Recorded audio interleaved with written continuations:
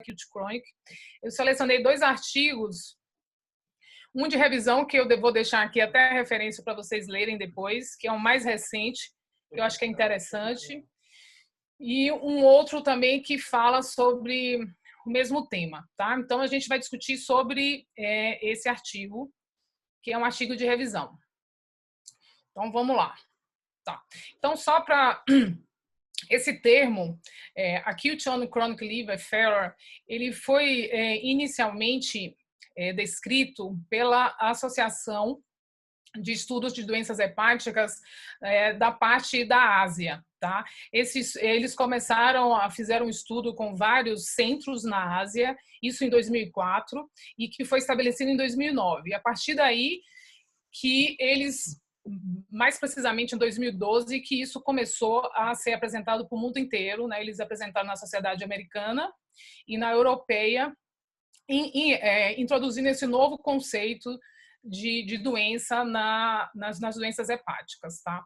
E atualmente eles se unificaram, né? Que é um mais sensato, né? Porque a partir desse primeiro conceito, eles criaram a ISO, a Sociedade Europeia de Doenças Hepáticas, criaram um outro, que é o CLIF, também, que é sobre acute chronic.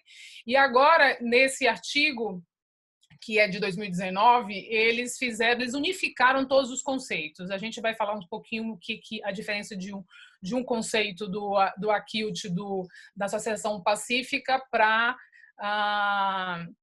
o CLIF, que é da União Europeia. Mas, basicamente, agora é um conceito só, tá? Então, vamos lá. Então, o que esse consenso da Sociedade Europeia de Doenças Hepáticas junto com a da Ásia, eles definem? Deixa eu tirar isso aqui. Agora eu consegui. Então, o conceito de acute chronic é um insulto hepático agudo que se manifesta por icterícia, geralmente acima de 5. O paciente tem que ter coagulopatia, definido por RNI acima de 1,5. E ele tem que ter complicações no prazo de 4 semanas. Né? Essas complicações, geralmente, são as disfunções orgânicas, que aí é a CIT, ou encefalopatia em um paciente que previamente não se sabia que tinha doença hepática, tá? Ou um paciente que já tinha cirrose e teve uma descompensação aguda. Isso causa bastante confusão, né? Na própria definição. E tem um alto índice de mortalidade nas primeiras 30 dias. Tá. Então, o que eles se reuniram agora nessa reunião, eles querem definir quais são os tipos de descompensações hepáticas que podem, para a gente não diferenciar da acute chronic por si só. É meio confuso, né? Porque as manifestações clínicas dessas 3 manifestações, elas são muito parecidas. Por exemplo, você tem que diferenciar de insuficiência hepática aguda, né, do paciente que tem insuficiência hepática que vai para fulminante, né? Então, é um paciente que tem ausência de qualquer doença hepática pré-existente. E diferenciar, né, a insuficiência hepática aguda do acute chronic, que é a deterioração aguda de uma doença hepática crônica conhecida ou desconhecida. E, ao mesmo tempo, também você conseguir diferenciar o acute de uma descompensação aguda de um paciente que eles botam em estágio terminal, que é a cirrose. E muitas vezes é difícil, né, de você saber se a descompensação aguda é um acute crônico ou, como eles definem, é só um evento agudo da própria evolução natural da cirrose. Então, aqui, nesse gráfico, eu acho que dá para vocês entenderem um pouco. Deixa eu só tirar aqui o barulho. Então, o fígado normal tem um evento agudo, leva a insuficiência hepática aguda, que aqui basicamente é o paciente com insuficiência hepática fulminante. A doença hepática crônica, ela tem um evento agudo, então vai levar a insuficiência hepática, e aqui é propriamente a acute chronic, tá? Um cirrótico eles definem compensado e descompensado. O cirrótico compensado, ele tem um evento agudo, quer dizer, o primeiro evento dele, e esses eventos eles podem se repetir, e como HDA, né, encefalopatia hepática, ascite, lesão renal aguda, aqui na síndrome renal, sepse, ou a combinação de todos esses eventos, tá? E o cirrótico descompensado propriamente dito, que é aquele paciente que ele já entra em sepse, tem sangramento e já tem uma insuficiência renal aguda, e esse aqui é o paciente que tem alta mortalidade, geralmente é a nossa rotina no serviço de transplante, né? Então, vamos lá. O que eles definem como um evento agudo, tá? Aí tem várias causas, né? A principal aqui é uma hepatite aguda alcoólica, né? Que pode ser um paciente que tinha um fígado normal, né, e faz uma hepatite aguda alcoólica, ou um paciente que já era um cirrótico e faz uma agudização da doença alcoólica já no fígado cirrótico. Tá? Aqui, eles consideram um evento agudo aquele paciente que tinha uma ingestão aguda de álcool, bastante, e o último evento dele foi há 30 dias do quadro dele atual. Então, se isso a gente pode considerar ainda como um evento agudo, o último gole, digamos assim, há 30 dias anteriormente da descompensação da doença, tá? Várias infecções, né? A principal delas aqui é a reativação da hepatite B. Pode ter reativação da hepatite B, um flare, o próprio paciente que tinha uma hepatite crônica e deixou de tomar o medicamento, né? É uma coisa. Tem alguns doentes que fazem isso. A reativação da hepatite B em pacientes que estão em quimioterapia e que não usaram a profilaxia, né? Do mesmo jeito, o uso de rituximab em pacientes de imunossupressão, naqueles pacientes com hepatite B oculta, né? E que não fizeram a profilaxia e podem ter uma reativação da doença. Reativação da hepatite C, nunca vi, né? Acho que isso é descrito atualmente no contexto da hepatite C, que a gente tem todas as drogas e a cura e o remédio é acessível para todos, é muito difícil de ter essa reativação. Particularmente, eu não sei o que eles quiseram dizer com isso, já que a cura é praticamente 90% dos pacientes, tá? As infecções por bactérias, fungos e protozoários são várias, tá?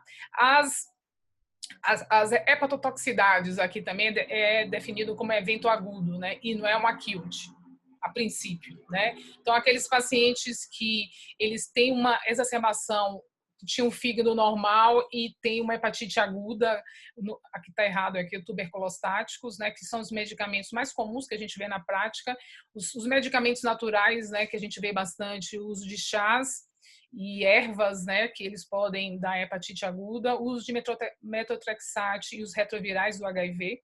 É bastante comum, a gente recebe bastante, às vezes, suspeita de fulminante por uso de retrovirais. A gente tem recebido alguns pacientes, tá? Também nessa lista aqui, na nossa prática diária, que aqui no ICE a gente recebe bastante suspeita de fulminante, e na realidade era um evento agudo, né, nos casos dos pacientes com hepatite aguda autoimune, né? Nem hepatite aguda autoimune, né? Nos casos de hepatite autoimune que tiveram uma exacerbação da doença e eles não sabiam que tinham a doença, né? E geralmente é um quadro bem exuberante, né? Geralmente os serviços referenciam para a gente com medo que esses pacientes fulminem, né? A gente recebeu recentemente uma paciente acho que vale dar esse exemplo aqui como uma definição de evento agudo, até para a gente depois discutir esse caso lá no final do desfecho, tá? Eu só vou dizer mais ou menos uma história clínica dela rápida, para depois no final, a gente discutir esse caso. É uma paciente de 40 anos, tá? Que começou a tomar comprou remédio pela internet para emagrecer. Então, praticamente entra aqui nos medicamentos naturais também. E essa paciente, ela tomou o medicamento no final de dezembro, início de janeiro do ano passado, e ela usou por 3 meses. Em março, ela começou a ficar ictérica, Tá? Mal-estar, foi em vários pronto-socorros, e o RNI naquela época era 2,5, bilirrubina na casa de 5, e ela ficou sendo tratada em vários lugares até que encaminharam para a gente. Tá? E a gente já descobriu que essa paciente era uma hepatite autoimune. E agora, depois a gente conta o restante. Então, isso aqui, dentro dessas causas de definição de evento agudo, o mais comum mesmo é a hepatite alcoólica, o flare da hepatite B, as hepatotoxicidades por drogas, hepatite autoimune, e eles dizem também que pode ser um evento agudo aqui, a trombose aguda da veia porta, tá? E o Budd-Chiari agudo. São causas bem pouco comuns na nossa prática diária, né? Geralmente, a experiência que eu tenho, geralmente os Budd-Chiaris, eles já são doenças, já estão cirróticos. Dificilmente a gente consegue pegar um Budd-Chiari na sua fase aguda, tá? E o sangramento por ruptura de varizes, que pode ser um evento agudo, porque a gente sabe que nos quadros de hepatite aguda, os pacientes podem ter um regime de hipertensão portal e não necessariamente eles são cirróticos. E as outras, aqui a gente vai falar sobre manifestações hepáticas, em 48% tem icterícia, ascite e encefalopatia hepática. As manifestações extrahepáticas, 46% tem sangramento varicoso, lesão renal aguda ou sepse. E a mortalidade em 3 meses é muito alta, tá? E geralmente os pacientes com evento agudo, daquele que a gente já falou, a bilirrubina ela costuma ser menor que 5. Aqui, não sei se, acho que está todo mundo dando para ver direitinho, né? Esse gráfico aqui, ele quer diferenciar basicamente o conceito de acute chronic do grupo da Ásia, né? Que está aqui, do APSOL, e do grupo europeu. Tá. Aqui, o grupo da Ásia, que eu acho que é uma coisa interessante, eles têm um conceito do período da Golden Window, né? No período que, se a gente consegue identificar o paciente que está nesse período, o que eles consideram esse período? É aquele paciente que tem uma hepatite aguda, ele tem um evento agudo, né? Uma lesão, que eles botam aqui, um insulto agudo no fígado. Aquele paciente, ele se manifesta com hepatite aguda, mas ele ainda não desenvolveu a SIRS, tá? Porque no momento que ele desenvolve a SIRS vai ativar toda a cascata, a tormenta de citoquinas, né? E o paciente vai ter as disfunções orgânicas, que são clássicas, que tem que ter a disfunção orgânica para o conceito de acute chronic. Então, se a gente consegue, né, identificar aquele paciente, a gente consegue tratar aquele doente, a gente vai evitar que ele caminhe e que entre para sepse, choque e insuficiência hepática franca e que a gente não consegue nem transplantar o paciente. Tá? Então, esse período geralmente são de 7 dias. Né? Então, nesse período de 7 dias aqui, vamos supor que aquele paciente que tem um evento agudo, hepatite aguda alcoólica, uma hepatite por hepatite B, um paciente que tem hepatite autoimune, a gente consegue tratar nessa fase aqui, né? Dar corticoide para hepatite aguda alcoólica, dar corticoide também para hepatite autoimune, e a gente começar com o retroviral, né, hepatite B, é algum dos exemplos. Se a gente consegue controlar a doença, que eles botam um período de 7 dias, a gente no máximo a 14 dias, né, aqui de 0 a 7 dias, a gente conseguiria evitar que esse doente fosse para uma acute, a disfunções orgânicas. No ISO, eles não levam em conta esse período, tá? Eles já levam em conta que o paciente ele já tem todas as disfunções orgânicas já estabelecidas. E o critério do ISO, que é o CLIF, que vocês fazem olhar nos trabalhos, basicamente, eles estudaram, todo no critério do CLIF, eles incluíram pacientes cirróticos, tá? Eles não incluíram pacientes sem doença hepática crônica, né? No grupo asiático, eles estudaram, quando eles descobriram a acute chronic, eles incluíram também, tem muitos pacientes que não tinham doença crônica hepática. Então, a diferença, eu acho que o critério e hoje é o mais usado, né? É da Ásia mesmo, porque engloba todos os pacientes, tanto os pacientes que não tinham nenhuma doença hepática, como todos os doentes com doença hepática sem cirrose ou os doentes com cirrose. Então, aqui é mais uma tabela para a gente, a diferença entre descompensação aguda, o que é versus acute crônica. Eu acho que isso é bastante difícil, né, da gente, é muito tênue a diferença, né? Aqui eles tentam resumir, basicamente. Então, a apresentação no acute é um insulto hepático, e na descompensação aguda pode ser hepático ou não hepático, aqui. A identificação do paciente, você consegue, em 95% dos casos, de identificar o fator precipitante, enquanto na descompensação aguda é só em 70%. Né? Eles falam que aqui o tempo da lesão, né, aguda para levar ao acute chronic são 4 semanas. Na descompensação aguda, o paciente pode ter um evento agudo e 12 semanas depois desenvolver a insuficiência hepática. Tá? Alguns pacientes com cirrose no acute pode ou não estar presente, e na descompensação aguda, na maioria dos pacientes, eles já têm a cirrose. No ACLF, eles não têm nenhuma descompensação, história de descompensação anterior. Nos pacientes que têm descompensação aguda, eles podem já ter um episódio de alguma história de ter tido algum evento associado a uma descompensação da doença hepática. A mortalidade de 1 a 3 meses é muito maior no ACLF, né? Chega a 51%, né? Enquanto na descompensação aguda é 30%. E eles falam do quanto que o paciente eles podem, né, ter uma recuperação total do quadro de insuficiência hepática. Aqui no acute eles falam em cerca de 50% dos casos, e que é muito incomum nos casos de descompensação aguda. Acho que a gente também depende muito do serviço que a gente esteja, né? Porque muitos pacientes que a gente tem uma CLF que é muito semelhante a um quadro, ou às vezes de fulminante, ou acontece uma CLF no paciente que tem uma cirrose, e a gente não tem a ponte, ou não tem um serviço de UTI, a gente geralmente acaba referenciando esse paciente para um serviço de transplante. Então, eu acho que, por exemplo, na prática nossa lá no Einstein, a gente não tem uma casuística dizer para vocês quantos pacientes que tinham uma acute crônica eles sobreviveram. Praticamente a gente transplantou todo mundo, entendeu?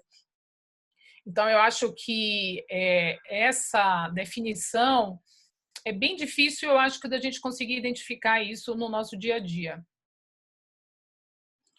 Eles definem aqui, que todo mundo sabe, né, o que é uma doença hepática crônica, basicamente pela história, pelo exame físico, os exames laboratoriais, os exames de imagem, que vai dizer se o paciente tem uma doença crônica ou não, endoscopia para saber se tem varizes, apesar que varizes de esôfago podem estar presentes, né, em pacientes sem cirrose, pelo regime de hipertensão portal. A biópsia transjugular pode ajudar nesses casos, desses pacientes que têm distúrbios de coagulação, para você conseguir identificar se esse paciente tem uma doença hepática crônica ou se é um insulto agudo. E não está muito bem definido. Por exemplo, aquela paciente que eu falei lá, que a gente vai voltar nela, a gente realizou a biópsia hepática transjugular, ela tinha um RNI na casa aí de 4, e a nossa grande dúvida no contexto da hepatite autoimune é se essa paciente ela já tinha necrose hepática, que define aí que a paciente não vai recuperar, ou se ela tinha mais doença hepática crônica sem necrose. E se valeria a pena a gente esperar se ela, com tratamento instituído com corticoterapia, a gente conseguiria tirá-la do evento agudo, né? Então, a biópsia hepática transjugular, nesse contexto, se a gente tem dúvida, deixa eu voltar, se a gente tem dúvida se a paciente tem um evento crônico e não tem jeito, você tem que listar e transplantar, né? Ou se dá para você esperar com a terapêutica instituída. Muitos pacientes, a causa também é desconhecida, né? Em 5 a 15% dos casos, a gente não consegue definir a etiologia. E também é bem difícil aqui a definição de insuficiência hepática na CLF, né? No sentido de você conseguir, às vezes, diferenciar a insuficiência hepática aqui da insuficiência hepática fulminante, por exemplo. Tá? Então, eles consideram insuficiência hepática na CLF uma icterícia acima de 5, uma coagulopatia acima de 1,5, isso são parâmetros obrigatórios, o paciente tem que ter esse distúrbio de coagulação e a hiperbilirubinemia.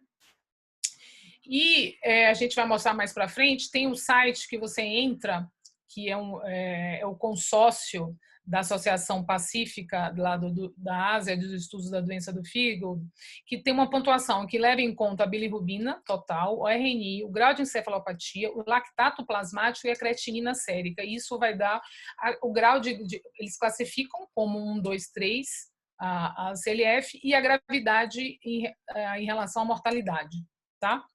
O paciente tem que, para ter insuficiência hepática na CLF, tem que ter ascite ou encefalopatia. Isso reflete o grau de comprometimento hepático. E a classificação da insuficiência hepática de acordo com a pontuação, tá? Que é de 1, que é de 5 a 7, isso é a pontuação deles, 2 de 8 a 10 e 3 de 11 a 15. Aqui, que vocês estão vendo aqui é o site, tá? Que isso é super fácil, que eu acho interessante porque você coloca todas as variáveis aqui, é como o MELD, e eles vão te dar a classificação aqui em pontuação, tá vendo?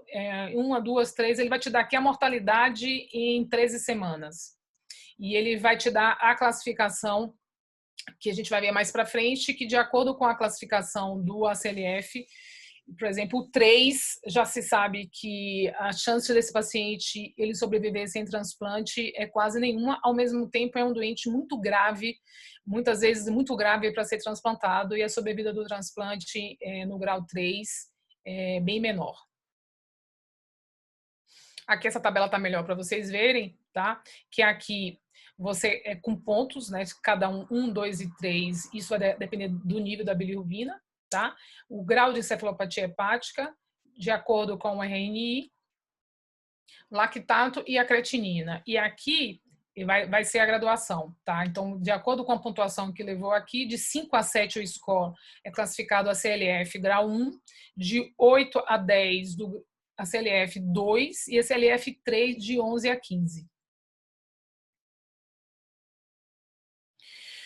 Então, é muito importante também, eles frisam bastante nesse consenso a gente definir sepse na CLF. Basicamente, é a mesma definição, né, das insuficiências orgânicas em outra doença, né, e que eles enfatizam aqui aquilo que a gente falou, aquele período de 7 dias, né, da Golden Window na CLF, né, que é aquele momento que o paciente não tem sepse ainda, é aquele paciente que ainda ele não desenvolveu sepse, mas ainda não desenvolveu insuficiência orgânica, né? Que é onde, se a gente conseguir identificar esses pacientes nessa fase precocemente, a gente consegue curar o doente, né? De evitar que esse paciente desenvolva disfunções orgânicas, que a mortalidade é muito alta. Os pacientes, um dos critérios de mortalidade e de gravidade na CLF é a insuficiência renal, tá? Eles usam o critério de AQI, que é o aumento absoluto na creatinina sérica de 0,3 miligramas em 48 horas, ou um aumento de mais ou menos 50% da creatinina da linha de base em 7 dias, sem creatinina sérica basal. Tá? Então, basicamente, 0,3 em 48 horas ou 50% da creatinina basal dele. O AQI deve ser diagnosticado com base no valor de corte da creatinina sérica, né? 1,1 miligramas é um marcador confiável de disfunção renal significante. E 1,5 é considerado confiável um marcador de insuficiência renal em pacientes com ACLF. Então, os pacientes, que praticamente todos os doentes que chegam para a gente já com ACLF de disfunção orgânica, a creatinina é superior a 1,5, né, na maioria das vezes. Então, os pacientes que têm insuficiência renal, eles têm pior prognóstico, a mortalidade e o aumento da mortalidade em 30 dias é bastante alto. Eles falam nesse trabalho, se a gente conseguir identificar o PIRO, que são os fatores que podem predispor à insuficiência renal, infecção, inflamação e disfunção orgânica, né? E se a gente conseguir identificar, isso aumentaria a chance de sobrevivência desse paciente, né? Então, como é que você identifica esse PIRO? Combater a inflamação sistêmica com estratégias anti-inflamatórias, no caso aí a gente daria corticoide, né? Dar albumina intravenosa, N-acetilcisteína, redução da bilirrubina, prevenção de drogas nefrotóxicas, manejo agressivo de insuficiência circulatória e manutenção de uma PAM alta. Quando o paciente desenvolve insuficiência renal na CLF, a teleprecina é superior à noradrenalina em termos de eficácia. E a terapia de substituição renal, a diálise, é indicada nos casos, como nos outros casos, né, de hipercalemia, acidose metabólica, sobrecarga de volume e hipernatremia. Então, insuficiência renal na CLF é um marcador de gravidade importante e de mortalidade no contexto da doença. A encefalopatia hepática não muda muito em relação à encefalopatia hepática no paciente com cirrose, né?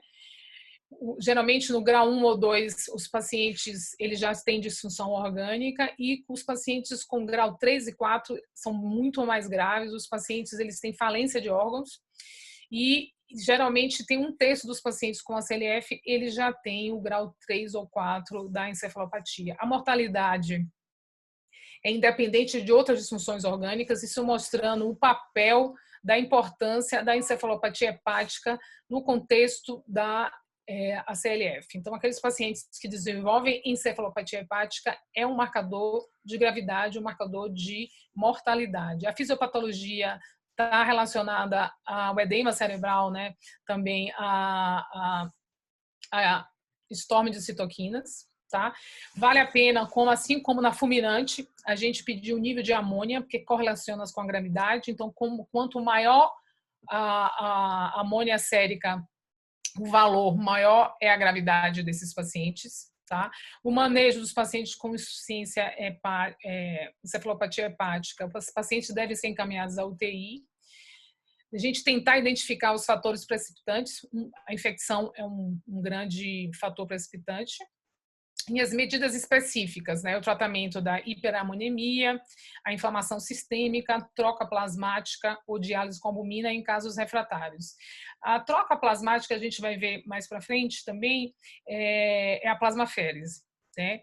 E a diálise com albumina e também a máquina de Mars são poucos serviços que têm essa disponibilidade, né? A plasmaférese ela é muito cara, e na maioria dos serviços aqui no Brasil não costuma ser usado, mas lá fora, e eu estive no King's College, eles têm usado a plasmaférese para aqueles pacientes, principalmente aqueles pacientes que têm acute chronic e eles acham que vai sair sem transplante. Mas isso é um manejo e é um feeling clínico muito difícil, né? De você falar, esse doente a gente pode investir e esse doente pode sair sem transplante. Geralmente o que se faz? Você lista o paciente e você trata e espera a evolução no máximo em 7 dias. E o tratamento aí está conjunto com tentar identificar os fatores precipitantes e tentar tratá-los junto com a plasmaférese. Os distúrbios de coagulopatia, né, são os pacientes, geralmente, eles têm estado de hipocoagulabilidade, que é comum na CIRS e na sepse. Os exames, geralmente, que devem ser solicitados, RNI, TTPA, fibrinogênio e o tromboelastograma. Tem alguns pacientes que podem ter hipercoagulabilidade. O mais comum é ter hipo, mas pode ter, e esses pacientes têm um dedímero aumentado. E o manejo desses pacientes, a gente vai manejar, ou seja, a gente vai transfundir o paciente baseado nos resultados do tromboelastograma, não baseado no RNI, que não é um bom marcador para você dizer se o paciente precisa ser transfundido ou não.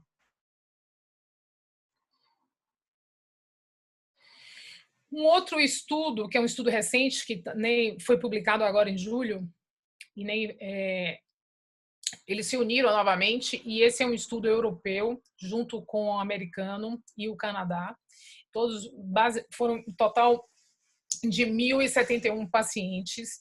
E esse estudo basicamente foi para tentar identificar quais são os fatores de descompensação na cirrose. Então, aqui não entrou os pacientes sem doença hepática crônica estabelecida, tá? É um estudo interessante porque todos esses grupos, todas essas sociedades de estudos das doenças hepáticas, eles estão tentando identificar, talvez criar mais um score aí, né, do que a gente já tem, porque tanto o MELD como o SOFA, ou o CLIF, ou o próprio da Ásia também, todos esses marcadores, às vezes, eles não conseguem, né, identificar precocemente quais são os doentes que vão ter um episódio agudo, e a gente consiga, uma vez que a gente consiga identificar, a gente vai conseguir tratar esse paciente e vai ter uma influência no desfecho, tá? Então, esse trabalho foi com esse intuito. Eles conseguiram identificar, desses 1.070 pacientes, 3 diferentes cursos clínicos de descompensação aguda na cirrose após internação hospitalar, né? Os pacientes que desenvolvem insuficiência hepática aguda crônica, o ACLF, ele tem alto risco de morte em curto prazo, aquilo que a gente já tinha, que a gente já conversou agora atrás. E eles denominaram isso como pré-ACLF. A cirrose descompensada instável inclui pacientes que necessitam de internações frequentes não relacionadas à CLF e está associada a um risco de mortalidade menor do que o pré-CLF. E os pacientes com cirrose descompensada, mas estável. O que seria uma cirrose descompensada, mas estável? É aquele, eles dizem que inclui a maioria dos pacientes internados que tem um episódio de descompensação aguda. São aqueles pacientes que internam ou com ascite ou com encefalopatia. São pacientes desse grupo, raramente necessitam de internação hospitalar e tem um risco de mortalidade de 1 ano. É muito menor do que os outros pacientes. Não sei se na prática clínica isso ajuda muito, né? Mas eles, só para mostrar para vocês que eles estão realmente em busca de identificar algum outro marcador para que a gente consiga tratar precocemente os pacientes antes de desenvolver a CLF, que já que a mortalidade é muito alta. Então, quais foram as conclusões desse estudo? O episódio de descompensação aguda na cirrose é uma condição clínica com 3 cursos diferentes, 2 mecanismos fisiopatológicos principais. Tem a pré-ACLF, que está predominantemente relacionada à rápida progressão da inflamação sistêmica. É aquele paciente que tem inflamação, mas ainda não desenvolveu nem sepse e nem disfunções orgânicas, tá? Aqui praticamente é aquilo que a gente viu lá, que aqueles pacientes estão na golden window, né? Ele ainda não fez sepse, então não fez disfunção orgânica, que eles chamam aqui de ACLF uma vez instalada, que tem que ter disfunção orgânica. É o desenvolvimento, uma taxa de mortalidade a curto prazo extremamente alta, né? Que a gente vê a mortalidade muito alta na CLF. Os pacientes com cirrose hepática instável ocorrem no contexto de uma rápida progressão da hipertensão portal e está associada a um curso clínico menos grave, com menor mortalidade a curto prazo. Ambos os mecanismos progridem lentamente para a fase da cirrose descompensada, instável, e os pacientes seguem curso relativamente benigno com sobrevida mais longa. E eles, aquilo que a gente estava falando, eles estão procurando prever o resultado dos pacientes que apresentam uma descompensação aguda, criar um novo critério, né, que a gente consiga identificar precocemente essa descompensação aguda antes que ele desenvolva a CLF. Então, mais alguns conceitos, né, que ele disse aqui: a pré-CLF, a CLF e a cirrose hepática compensada e a descompensada. Aqui, no tratamento, basicamente, é aquilo que a gente já conversou, né? Como é que a gente trata a CLF? Primeiro, se a gente consegue identificar o episódio agudo de descompensação, né? E a gente consegue instituir as terapêuticas aqui, no caso da hepatite aguda, hepatite, e a gente dá corticoide, né? No caso de pacientes com hepatite aguda, o que a gente coloca no critério de Madre, e esse paciente tem indicação de usar corticoide, hoje a gente sabe que diminui a mortalidade em 28 dias. Então a gente começa com corticoide 40 miligramas por dia e mais o granuloquine e o N-acetilcisteína. Junto, os pacientes com flare de hepatite B, a gente institui a terapêutica adequada. E os pacientes com hepatite autoimune, a gente tenta dar corticoide em doses altas, tá? Os pacientes com lesão por droga, a gente tirar a droga e dar plasmaférese. Muitos centros usam, porque é bastante eficaz, principalmente aqui na intoxicação por paracetamol, que é a indicação clássica de usar a plasmaférese. Tá? Na doença de Wilson, a plasmaférese também está indicada. A gente recebeu uma criança de 7 anos com Wilson, foi um Wilson agudo. Ele tinha, eu acho que foi um exemplo clássico de um acute crônico, ele tinha bilirrubina acima de 5 e tinha uma RNI mas o RNI dele não era muito alto, era 2,5, e ele não tinha ainda no início uma encefalopatia hepática estabelecida, e a gente usou, no caso que a gente tem o MARS, né, que é a diálise hepática, e o menino saiu. Então hoje ele está praticamente sem nenhuma insuficiência hepática, enzimas normais. Foi um caso bastante interessante. E voltando aqui na hepatite aguda, naquela paciente que eu falei para vocês, essa paciente de 43 anos, ela já veio com uma bilirrubina bem alta, né? Ela veio com bilirrubina de 17 e tinha uma RNI de 4, tá? Mas ela não tinha, era uma paciente clinicamente muito bem. Ela não tinha nada de encefalopatia. Você conversava com ela de exame físico, chamava atenção apenas em icterícia. Ela lúcida, orientada, ela contava a história dela toda. E a gente pediu todos os marcadores, né, todas as possíveis. A história dela era só de uso de medicamento, que ela não conseguiu nem dizer o nome, era um medicamento da internet para emagrecer. Então a gente achou que era uma doença por droga, né, uma lesão hepática por droga, uma hepatotoxicidade, apesar que o tempo estava muito prolongado, né, porque ela usou em dezembro e janeiro e ainda a doença se arrastou. Então a gente achou até que era uma subaguda. Chegou a ser listada, mas assim, todo mundo da equipe teve bastante dúvida nessa paciente, porque a paciente não tinha encefalopatia. Então, qual é o critério de transplante para ela? Era um critério apenas de números, de exames, né? Porque ela tinha bilirrubina de 17 e ela tinha uma RNI de 4. Então, se a gente colocar ali no critério de insuficiência hepática, ela não tinha critério de fulminante, porque ela não tinha encefalopatia, né? Ela tinha um fator 5 de, acho que era 12.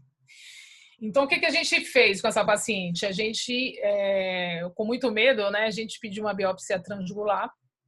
E na biópsia transjugular, no dia que a gente pediu a biópsia transjugular, os autoanticorpos saíram. E essa paciente tinha uma IgG alta, né, que é um dos critérios para hepatite autoimune. Ela tinha um FAN e um antimúsculo liso. Então, ela era um quadro clássico de uma hepatite autoimune. Nos exames de imagem dela, ela tinha uma tênue alteração da ecotextura hepática, mas ela não tinha circulação colateral. Então, era uma paciente, era uma aguda, era uma doente já ali, provavelmente ali no AF3, né? Mas sem circulação colateral desenvolvida. A gente deu corticoide, dividiu a equipe, né? Porque como ela tinha ali um MELD, se você calcular o MELD score dela, chegou a 34. Né? E na maioria dos artigos até aqui, nessa revisão, quando o paciente ele tem um MELD acima de 27, você já tem indicação de transplante, porque a chance dele sair sem transplante é muito pequena. Se o paciente tem MELD de 30, mais encefalopatia, ou bilirrubina de 22, mais RNI de 2,5, e tiver uma encefalopatia, a mortalidade chega em torno de 80%. Então, nessa paciente, ela estava aqui, mas ela não tinha encefalopatia. A gente deu corticoide, 40 miligramas de prednisona para ela e esperamos 14 dias. A gente passou do período aí, né? E ela não tinha nenhuma disfunção orgânica. Então, ela estava ali na Golden Window, mas ela não respondeu. E em 14 dias, essa paciente fez a nasarca e ela chegou no pronto-socorro já flapeando. E aí ela foi transplantada e está super bem com ela agora. Mas, assim, é um quadro bem ilustrativo era uma doente que ela não tinha uma CLF, né? Ela tinha um evento agudo. Ela fez um evento agudo da insuficiência hepática e evoluiu para a CLF depois que ela fez encefalopatia, né? E aí teve que ser transplantada. Então, aqui só que eu parei para contar essa história, porque eu acho que é um caso interessante. O que eles preconizam, né? Da gente de colocar naquele score lá, e se for uma CLF com score menor que 10, você pode esperar instituir as terapêuticas de ponte, aí você pode dar plasmaféresis onde tiver, tratar a infecção e ver para onde vai o paciente e sempre ficar ali de olho, porque eles falam que você tem que avaliar esse paciente diariamente, né? É o que a gente faz na prática. Os pacientes têm que estar em unidade de terapia intensiva, porque são pacientes graves, e se ele não melhorar, é caso de transplante. Já os pacientes acima de 11 é indicação de transplante, ou MELD acima de 27, tá? E é aquilo que a gente já conversou, os primeiros 7 dias são cruciais para você saber a resposta daquele paciente. Nesse artigo de revisão, eles falam muito para você não perder o time do transplante, que isso é o mais difícil para a gente que lida com esses pacientes, da gente esperar, né, que a gente quer que o doente se recupere sem transplante, mas muitas vezes, se a gente esperar muito, esse doente infecta, entra em choque, disfunção de múltiplos órgãos e a mortalidade em torno dos pacientes que transplantam para a CLF chega a 50%. Então, a mortalidade é muito alta nos pacientes ACLF 3, né, que é a indicação clássica de transplante. Tá? Uma das coisas também que eu esqueci de dizer, o score, que eu nem sei falar ele direito, deixa eu mostrar aqui, voltar aqui para vocês. Então, esse site, o AARC, ele já foi validado em vários países, tá? Ele hoje em dia é o melhor critério. Ele foi comparado com o MELD, com o SOFA e com o CLIF, que o CLIF leva em conta outros parâmetros e é da Sociedade Europeia. Então, hoje em dia, esse é o melhor score para você predizer a gravidade na CLF, tá? É confuso, gente. Espero que eu tenha ajudado aí vocês. É Vamos um lá as pouco dúvidas. confuso mesmo, viu, Lilian? Eu Bem tenho uma confuso. dificuldade de realmente de distinguir a CLF só da descompensação, né? Tem hora que para mim parece tudo igual. E na realidade uma dúvida que eu tinha, que eu achava que o CLIF era o mais usado hoje. Acho que talvez eu esteja lendo mais artigo só europeu, porque Pois é. Agora porque esse artigo, vocês podem ler, o artigo tem várias páginas. Eles se juntaram, tá todo mundo junto aí, tá o SLD, tá o ISO e tá o Ásia Pacífico. o Ásia Pacífico. Então, eles se juntaram todos e foi validado. Esse é o que eles estão dizendo, que nesse artigo eles falam que é o mais preditor aí, né? É o melhor para você predizer mortalidade. Tá. Eu acho que, assim, eu também tinha bastante dúvida, eu acho que a gente tem ainda na prática, mas me clareou esse artigo. Eu acho que vale a pena todo mundo ler com calma, você vê lá várias vezes. Eu acho que aí a CLF é disfunção orgânica. Teve disfunção orgânica, é a CLF, porque essa paciente mesmo da hepatite autoimune que eu falei, ela não tinha nenhuma disfunção orgânica. Ela não tinha encefalopatia, não tinha nada, mas ela tinha os exames compatíveis com insuficiência hepática aguda, que eles botam ali. Ela tinha uma franca insuficiência hepática aguda, mas ela não tinha disfunção orgânica. Então, é o episódio agudo. O paciente teve disfunção orgânica, porque às vezes ele está só inflamado ali, né? Mas assim, ele teve uma disfunção orgânica, isso eles já chamam de ACLF. Eu acho que para mim, a dúvida não é a descompensação aguda. Para mim, aí é você diferenciar o paciente que tem o ACLF naquele paciente que ele não é cirrótico. Eles agora, nesse outro artigo que eu mostrei para vocês, eles diferenciam se o paciente tem o cirrótico descompensado instável. Né? Como é que você diferencia aquele cirrótico descompensado instável do ACLF? Para mim é ACLF, né? É uma descompensação aguda eu acho que isso é uma linha muito tênue e não sei se isso vai pegar, viu, Lilian? Porque na prática é muito... Não. Na prática, eu acho que não. Eu acho que na prática é saber, aí eu gostei dessa Golden Window aí, da gente conseguir, é bem interessante esse conceito, tanto é que eles se uniram, né? Eu acho que a Sociedade Europeia e a Americana gostaram também, e eles... Acho que é interessante, mas é muito difícil, né, de você pegar o doente nessa fase, né? Essa paciente a gente pegou lá na Golden Window, essa da hepatite autoimune, né? A gente deu você tem que chegar que ela não faça disfunção orgânica. Assim, ela não fez disfunção orgânica.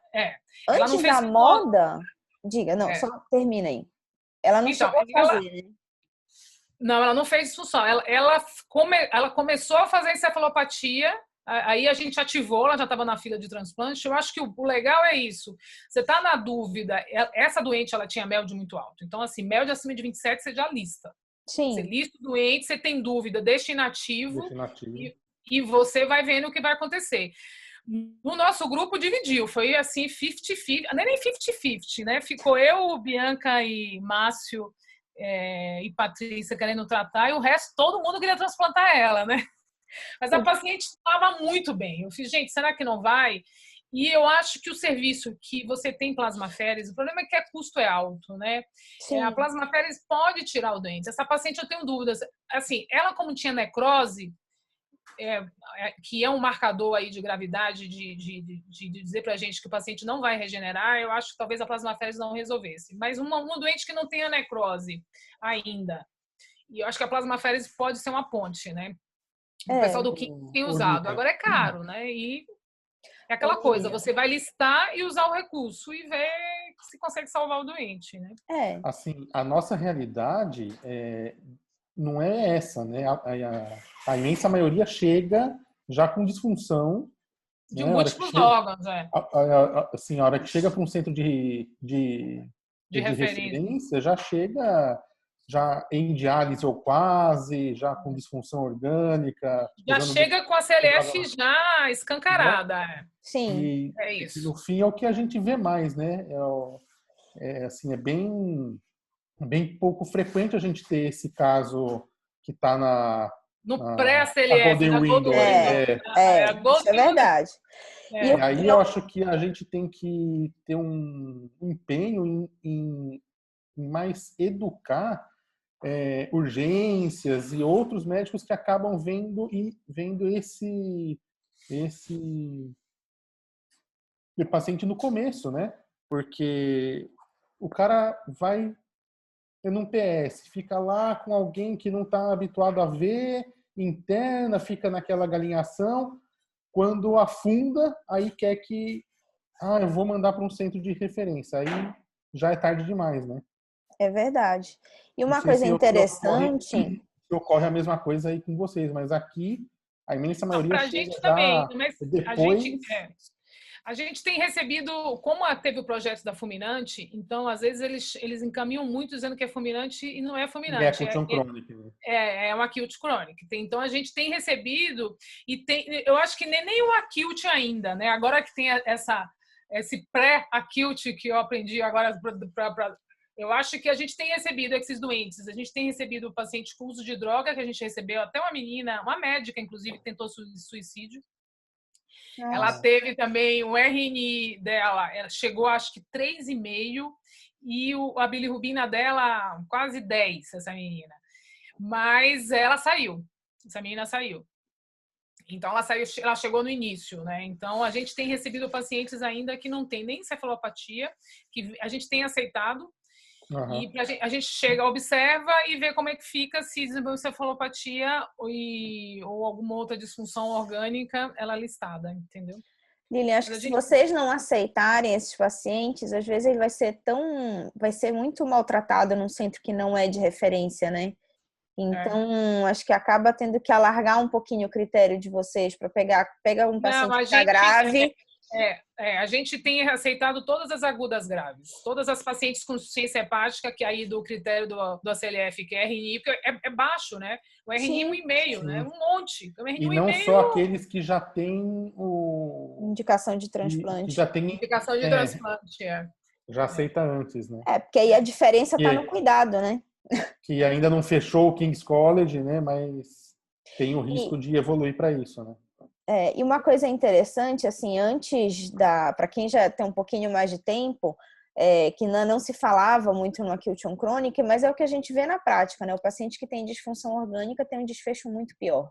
muito pior, muito pior. Então, eu acho Agora, que a gente tem que ter essas definições. Definições. Agora, eles falam também, que também foi interessante nisso, a disfunção orgânica só em encefalopatia, porque realmente tem alguns doentes que têm aquela insuficiência hepática, que estão naquela encefalopatia grau 4, entubadão lá, mas o rim está funcionando. Uhum. Esses doentes, eles consideram uma gravidade absurda, né?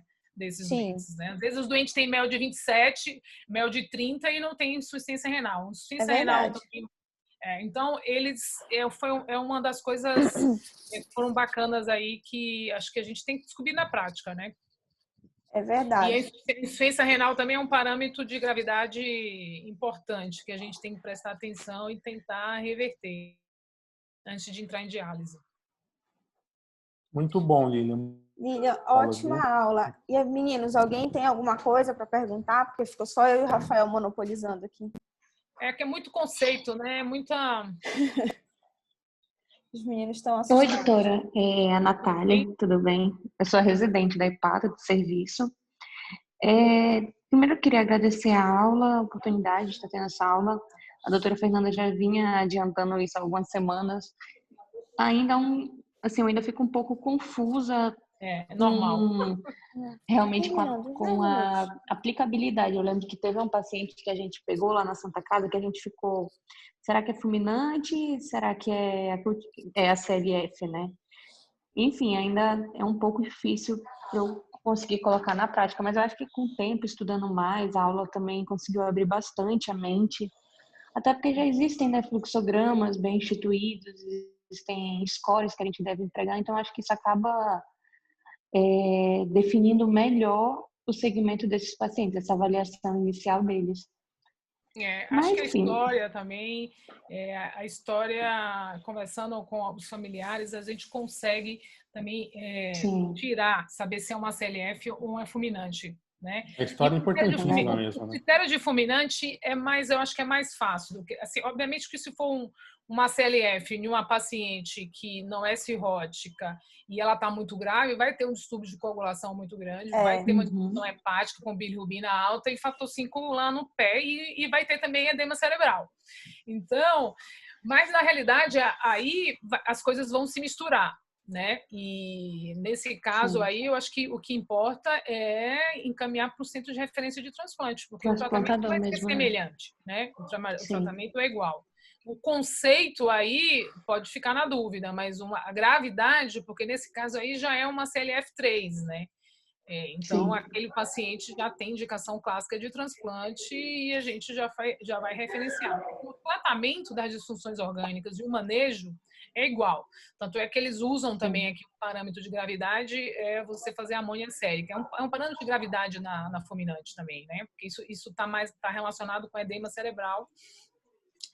Mas eu acho que é mais, pelo que eu entendi, né? Porque também a gente tem muita dúvida, a gente que lida bastante com CLF, é confuso para a gente, imagino para vocês que não tenham tanta experiência, né?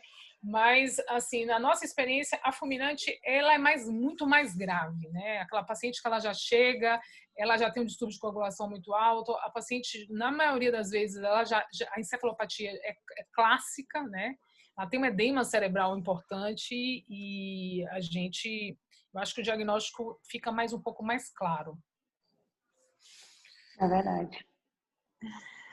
Nossa, eu ia falar alguma coisa e fugiu da minha cabeça. Lembrei. Eu acho que para os meninos que não são especialistas, eu acho que o grande objetivo dessas aulas, tanto da fulminante quanto da CLF, é para eles poderem, pelo menos, identificar os pacientes que são de risco.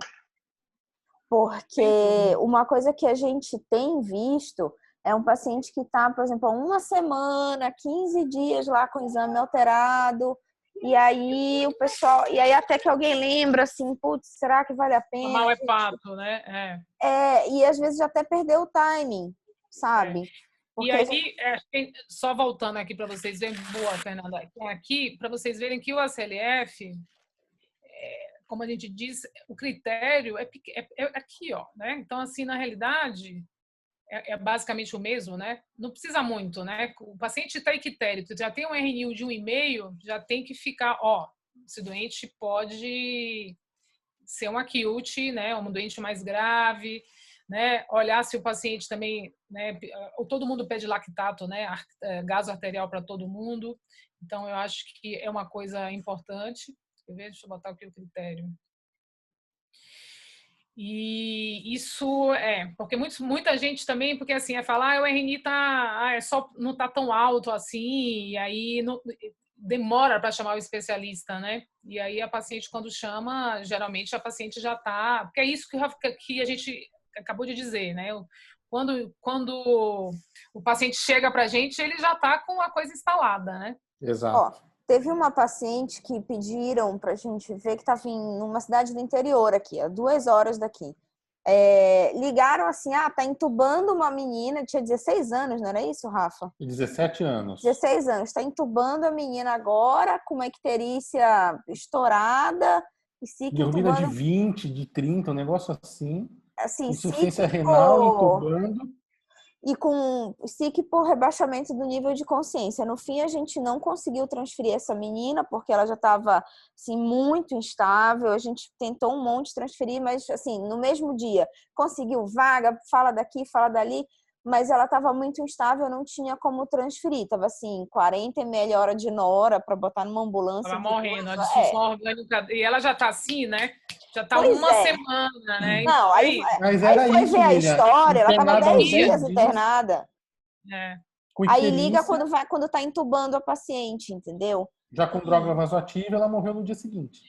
Então, eu acho que, para você, Natália, que falou, eu acho que esses scores, a aplicabilidade desses scores e desses termos aí, todos, SOFA, a CLIF, tudo isso, eu acho que ajuda um pouco para a gente, né, da gente ficar mais antenado, né? Então, assim, chegar um doente não está com tanta alteração, você botou no score, você já para dar o diagnóstico, né? Eu acho que isso ajuda, né?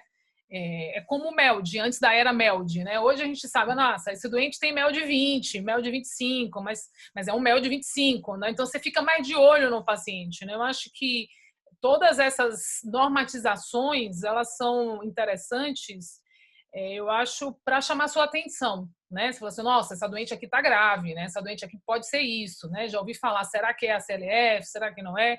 Então, eu acho que a aplicabilidade tá nisso daí, entendeu?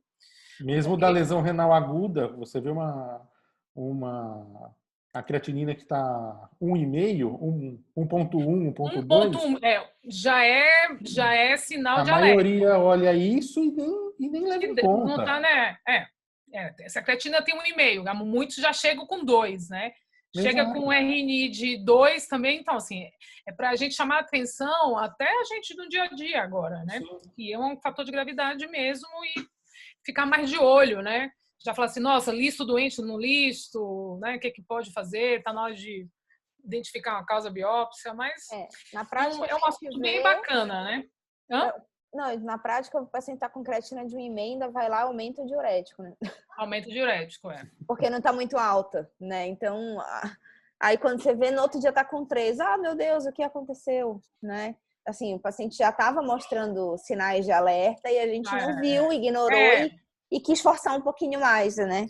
Sempre dá aquela forçadinha.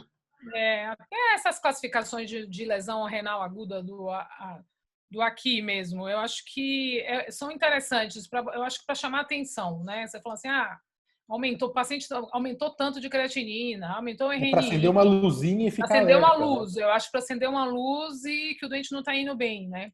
Para a gente não banalizar tanto, porque a gente lida com esses doentes o dia a dia, já são essas alterações, né? Mas eu acho que de tudo de novo que eu vi, que eu não tinha visto, porque esse guideline novo deles foi essa Golden Window. Eu gostei dessa Golden Window aí. Quem sabe a gente consegue tirar os doentes, né? Quem sabe? da fase aguda, né? Um alento. Bom, Lili, acho que alguém mais quer perguntar alguma coisa? Os meninos aqui, acho que silêncio. Bom, Lili, então eu queria agradecer. A aula foi ótima. Então, tá bom. Não, a aula foi ótima, conceitos novos. Eu acho que a gente precisa usar mais esses critérios que ajudam a gente a estratificar e para começar a identificar, né? Assim, a gente só vai começar a identificar se a gente começar a usar. Eu acho que vale a pena. Eu agora vou colocar, porque dá para você baixar no aplicativo, como tem o Medical, que você bota o MELD, tem esse aplicativo.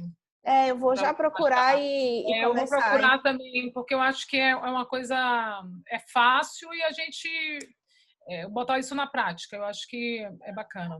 Beleza. Então, Lilian, mais uma vez, muito obrigada, viu? Obrigado, Lilian. Beijo, bom final de semana. Beijo para você também. Bom final de semana. Tchau. Vamos encerrar aqui.